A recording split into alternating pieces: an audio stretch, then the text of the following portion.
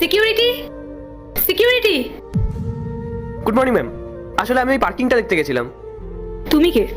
Madam, আমি আপনাদের অফিসের নতুন সিকিউরিটি গার্ড। আমি আজকেই জয়েন করেছি।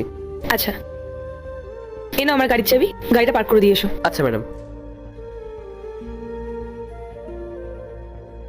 ম্যাডাম, এই নিন আপনার গাড়ির চাবি। গাড়ি পার্ক করে দিয়েছি। ওকে। ম্যাডাম শুনুন না।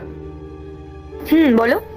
ম্যাডাম, আমি এখানে কাজে জয়েন করার পর আমাকে একজন খুব উল্টোপাল্টা কথা বলেছেন, অনেক অপমান করেছেন, অনেক খারাপ ব্যবহার করেছেন। ওই যে আমাদের কোম্পানির ম্যানেজার ম্যাডাম আছেন না, উনি। কি বলেছো ও তোমায়? আসলে ম্যাডাম, আজকেই তো আমি নতুন অফিসে জয়েন করেছি, তাই আমি সকালে যখন বাড়ি থেকে আসছিলাম তখন আমি খাবার খেয়ে আসতে পারিনি। ওই জন্য আমি খাবার নিয়ে এখানে বসে খাচ্ছিলাম।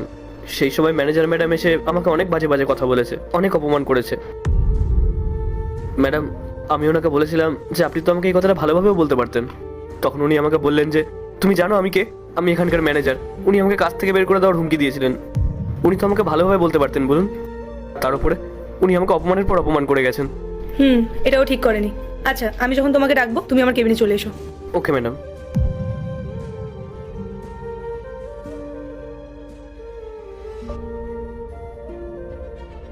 উঠে দাঁড়াও। কেন ম্যাডাম, কোনো প্রবলেম হয়েছে? বললাম তো উঠে দাঁড়াতে। ম্যাডাম কি হয়েছে বলুন না। আমি তোমাকে দুবার করে উঠে দাঁড়াতে বললাম, শুনতে পাচ্ছ না তুমি? তুমি যে আমার কেবিনে বসে লাঞ্চ করছো, এটার পারমিশন তোমাকে কে দিয়েছে? ম্যাডাম, এটা আপনি কি বলছেন? আমি তো প্রত্যেকদিন এখানে বসে লাঞ্চ করি। ওটাই তো জিজ্ঞেস করছি। তুমি যে প্রত্যেকদিন এখানে বসে লাঞ্চ করো, এটার পারমিশন তোমাকে কে দিয়েছে? আমাকে একবারও জিজ্ঞেস করেছো তুমি? সরি ম্যাম, আমার পারমিশন নেওয়াটা উচিত ছিল। আচ্ছা, তোমার মনে আছে সকালে তুমি কি করেছো? কই না তো, আমি তো কিছু করিনি ম্যাডাম। তুমি কিছু করোনি তাই না? ওয়েট, এদিকে এসো।